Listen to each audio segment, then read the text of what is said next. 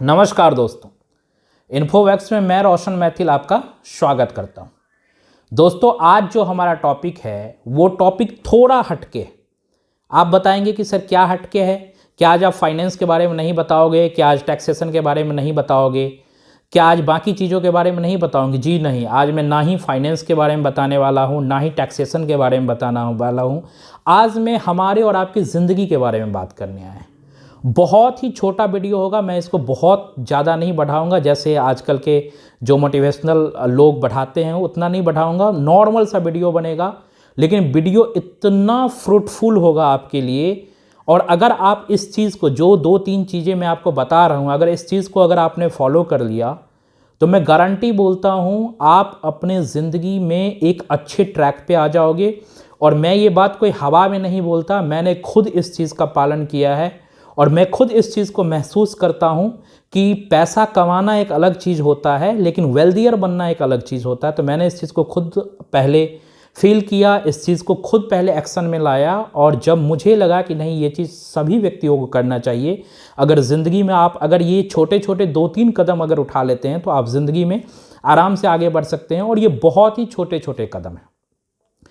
इसी टर्म में हमारे पास में एक सब्जेक्ट आता है रिस्क, ठीक है, जिसके बारे में आज मैं बात करूंगा। ठीक है, कि रिस्क क्या है।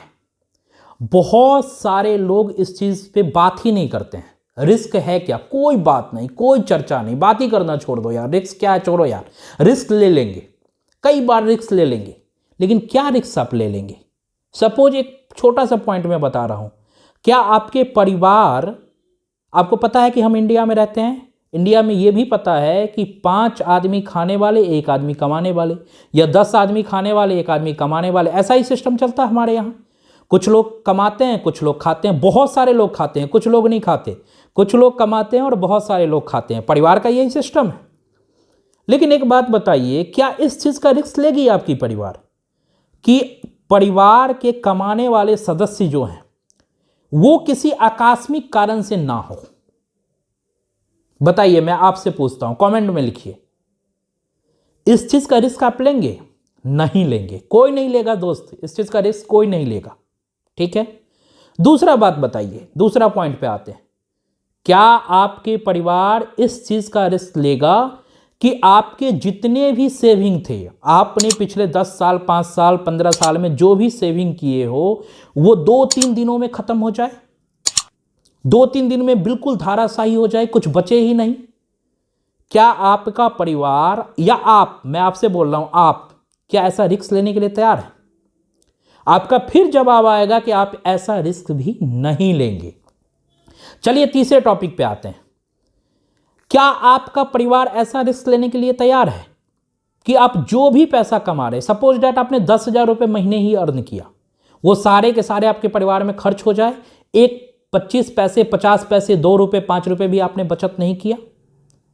मैं गारंटी से बोल सकता हूं दोस्त कि ऐसा कोई परिवार नहीं होगा जो चाहेगा कि उसके जो भी इनकम होते हैं वो सारे के सारे खर्च हो जाए, उसमें से 1 रुपये 2 रुपये भी आप ना बचा पाए। ठीक है, तो ये 3 सबसे साधारण चीजें हैं जिसके बारे में अगर मैंने मैनेज करना, अगर हम लोगों ने सीख लिया, तो मैं गारंटी बोलता हूं रिस्क आएगी भी, तब भी आपके परिवार को इकोनॉमिकली लॉस नहीं करेगी। देखिए, 2 टाइप के लॉस होता है। एक तो इमोशन का लॉस होता है, ठीक है, अगर हमारे परिवार के कोई सदस्य कहीं चला जाता है सपोज डैट, तो एक इमोशन का लॉस होता है। हमारे साथ उनकी जुड़ाव थी, कई सारे यादें जुटे हुए थे, तो यादें खत्म हो जाती है, धाराशाही होने लगती है, तो लोगों का मन बेचैन हो उठता है। लेकिन उसके साथ साथ एक और लॉस होता है दोस्त। सिर्फ इमोशन लॉस की बात आप मत कीजिए। घर का कमाने वाला जो व्यक्ति रहता है ना दोस्त, उसका एक इकोनॉमिकल लॉस भी होता है। वही आदमी था कमाने वाला, वही घर चला रहा था, आज उसका क्या हुआ? आज वो चला गया, किसी कारण से चला गया, घर पूरा का पूरा रोड पे आ गया। घर के पास न सेविंग है, न कोई संपत्ति है, पूरा का पूरा घर रोड पे आ गया। रोड पे क्या कर रहा है? लोगों से कर्ज ले रहा है, बैंकों से कर्ज ले रहा है, किसी तरीके से अपनी जिंदगी को, या फिर हे दृष्टि से लोग उस परिवार को देखने लगता है। तो आज आपकी जिंदगी का 3 ऐसा फैसला आपको लेना है जिससे आपकी जिंदगी पक्का सफल होगी और 100% आप एक अच्छे ट्रैक पे आ जाएंगे, आप वेल्दियर बन जाएंगे, समाज में आपकी की बेहतर पहचान होगी, बेहतर इज्जत होगा और आप रिस्क को मैनेज कर पाएंगे, ना कि आप इस शब्द पे छोड़ देंगे कि जो होगा देखा जाएगा। जी दोस्त, जो होगा देखा जाएगा ये बहुत पुरानी सोच थी। हम लोग मॉडर्न युग के लड़के हैं, हम लोग मॉडर्न युग को देखते हैं। मॉडर्न युग के हिसाब से रिस्क को मिनिमाइज किया जाता है। पहले वाली बात अब नहीं रही कि जो होगा देखा जाएगा। पहले रिस्क को मिनिमाइज करने के तरीके नहीं थे, लेकिन आज के युग में रिस्क को मिनिमाइज करने के तरीके हैं। तो हम वो रिस्क को मिनिमाइज करने के 3 टॉपिक जो आपको बताया, उस 3 पे एक एक अच्छा सॉल्यूशन दूंगा। जिस चीज़ को आप अपनाएंगे तो आप पक्का एक अच्छे ट्रैक पे आ जाएंगे, समाज में आपकी अच्छी पहचान होगी, समाज में आपका अच्छा सम्मान होगा। और ख़ास करके जिस फैमिली, जिस परिवार से आप प्यार करते हैं, जिस परिवार को आप अपना समझते हैं, वो परिवार आपके ना रहने के बाद सड़क पे नहीं आएगी, वो परिवार भी अपना भरण पोषण कर पाएगी। ठीक है दोस्त, शुरू करते हैं। सबसे पहला चीज़ जो हर व्यक्ति को करना चाहिए वो सुन लीजिए। ये मैं कोई अपना बात नहीं बता रहा हूँ, मैंने एक बुक पढ़ा था बेबीलोन। ठीक है, बेबीलोन के सबसे अमीर व्यक्ति, मैं उस बुक का आप डिस्क्रिप्शन बॉक्स में भी डाल दूंगा नाम, आप लोग देख लीजिएगा। काफ़ी बढ़िया बुक है, आप लोग जरूर खरीद करके पढ़िए। उसमें ऑथर क्या बताते हैं कि आपकी जो भी इनकम हो, सपोज डैट मैं 20,000 रुपये महीने का कमाता हूँ, तो ऑथर बोलते हैं कि आपको कम से कम 10% अमाउंट सेविंग में डालना ही है। उससे कुछ बड़ा नहीं हो जाएगा, लेकिन धीरे धीरे आप क्या देखेंगे कि जब 1 साल बीतेगी, 2 साल बीतेगी, 3 साल बीतेगी, 4 साल बीतेगी, तो आपके पास में एक ऐसा फंड हो जाएगा जो आपातकालीन स्थिति में आप उस फंड को इस्तेमाल कर सकते हैं। यह फंड ऐसा होना चाहिए जिसको आप छू नहीं सकते हैं। आप सीधे समझ लीजिए कि इस पैसे को मैंने दान कर दिया, ठीक है, और ऐसे ही जगह आपको यह पैसा इन्वेस्ट भी करना है।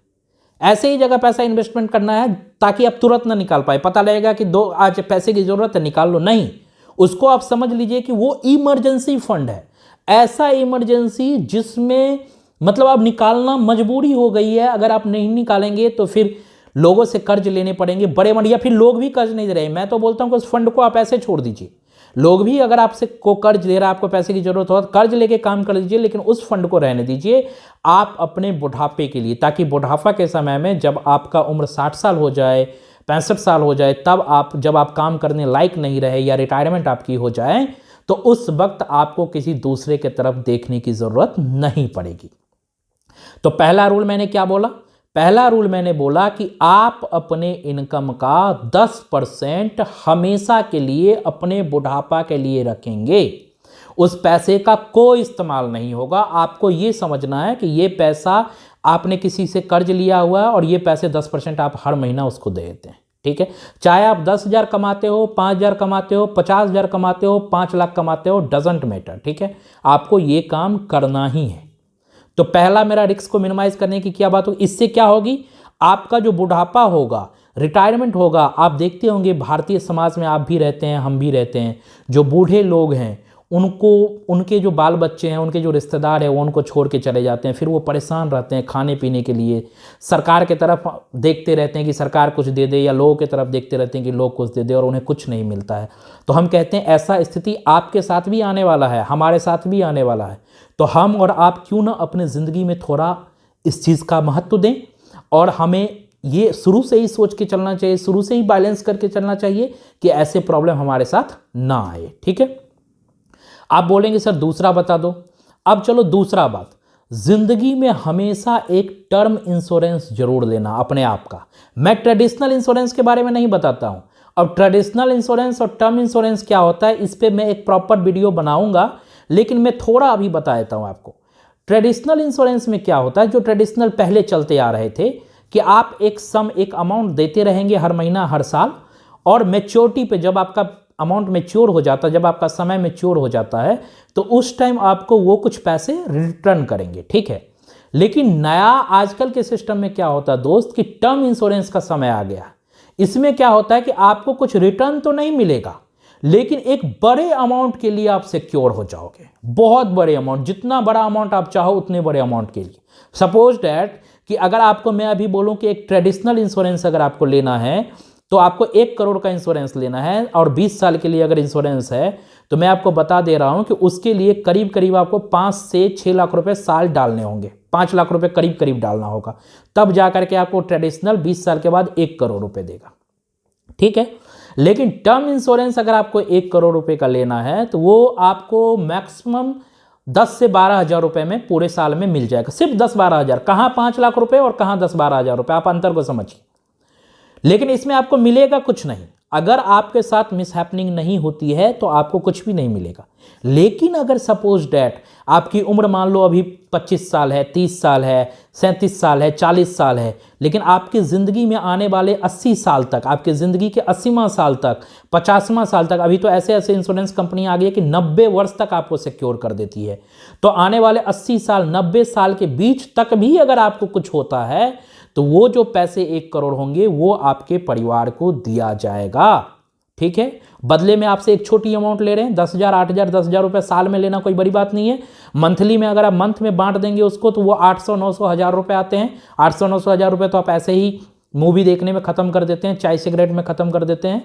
तो ये जरूर कीजिए। दूसरा चीज़ क्या हुआ कि आपको ज़िंदगी में एक टर्म इंश्योरेंस लेना एकदम ज़रूरत है, एकदम ज़रूरत है। इस चीज़ को समझ लीजिए।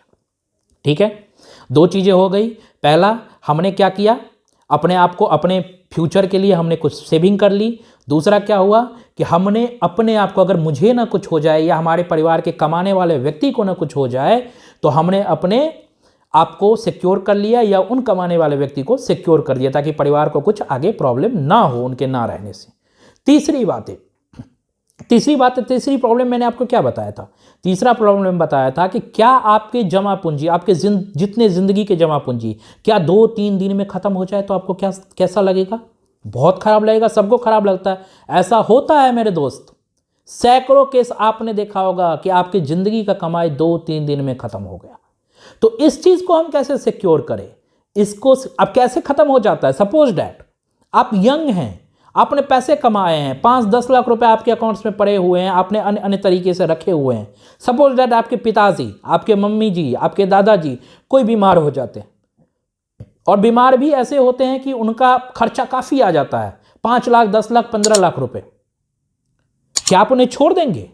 बिल्कुल नहीं छोड़ सकते। और हमारा संस्कार भी हमें नहीं कहता है कि हम उन्हें छोड़ सकते हैं। ये हम लोग भारतीय कल्चर से बिलोंग करते हैं। भारतीय कल्चर अपने माता पिता को बहुत इज्जत करता है, अपने बुजुर्ग को बहुत इज्जत करता है।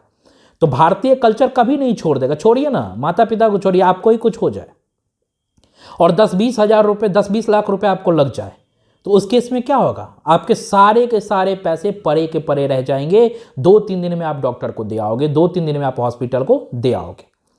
तो मेरा यही कहना है कि इस चीज से भी बचना है, इस रिस्क को भी मिनिमाइज करना है।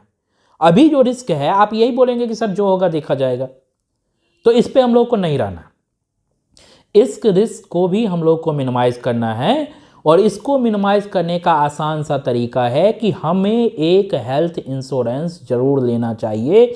और हेल्थ इंश्योरेंस भी बहुत महंगा नहीं आता है मेरे दोस्त, वो भी बहुत सस्ता आता है। आपको पता होगा, हेल्थ इंश्योरेंस अगर 5 लाख 10 लाख रुपए का अगर आप इंश्योरेंस लेते हैं तो मैक्सिमम वो आपको 10 से 15 हजार रुपये, 20 हजार, 25 हजार रुपये सालाना आपको मिल जाएगा। ठीक है, तो आपको एक हेल्थ इंश्योरेंस अपने ज़िंदगी के लिए, अपने माता पिता के ज़िंदगी के लिए जरूर लेना है।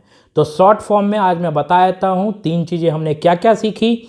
सबसे पहला चीज़ हमने सीखा कि हम जो भी कमाएंगे उसका 10% अपने फ्यूचर के लिए ज़रूर सेव करके रखेंगे। फ्यूचर मतलब बुढ़ापा, जब आप रिटायर हो जाते हैं तब उस पैसा का इस्तेमाल करना है। ठीक है। दूसरा हमने सिखाया आपको कि आपका ज़िंदगी अनिश्चित है, हर व्यक्ति का ज़िंदगी अनिश्चित है। तो अपने अनिश्चित भरी ज़िंदगी में अपने परिवार का ख्याल रखने के लिए आपको एक टर्म इंश्योरेंस लेना है।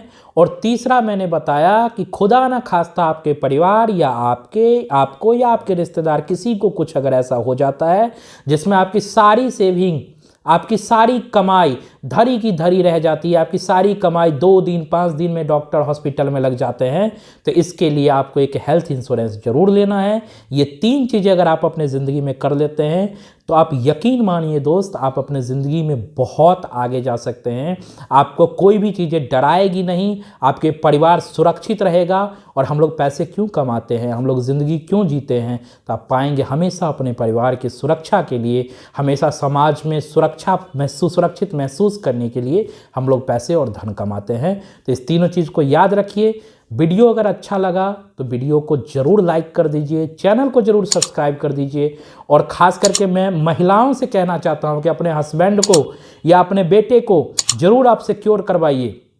वो आपके घर में कमाने वाले हैं, या आप खुद महिला, अगर खुद महिला हैं, खुद कमा रही हैं, अगर आपके बदौलत आपकी घर चल रही है, तो अपने आप को सिक्योर कीजिए इन तीनों चीज़ों से, ठीक है। और ज़िंदगी आराम से जीजिए। उन लोगों के साथ ज़रूर शेयर कीजिए। अगर आप बुज़ुर्ग हैं, हमारे वीडियो को देख रहे हैं, तो अपने माता पिता के साथ, अपने लड़कों, अपने बच्चे के साथ ज़रूर इसको शेयर कीजिए, इस वीडियो को। उन्हें समझाइए कि ऐसा करना चाहिए। और ऐसा मैंने खुद किया है दोस्त, इसलिए बता रहा हूँ। मुझे तब तक के लिए आप इजाज़त दीजिए। फिर मिलेंगे अगले वीडियो में एक अलग टॉपिक के साथ। जय हिंद, जय भारत।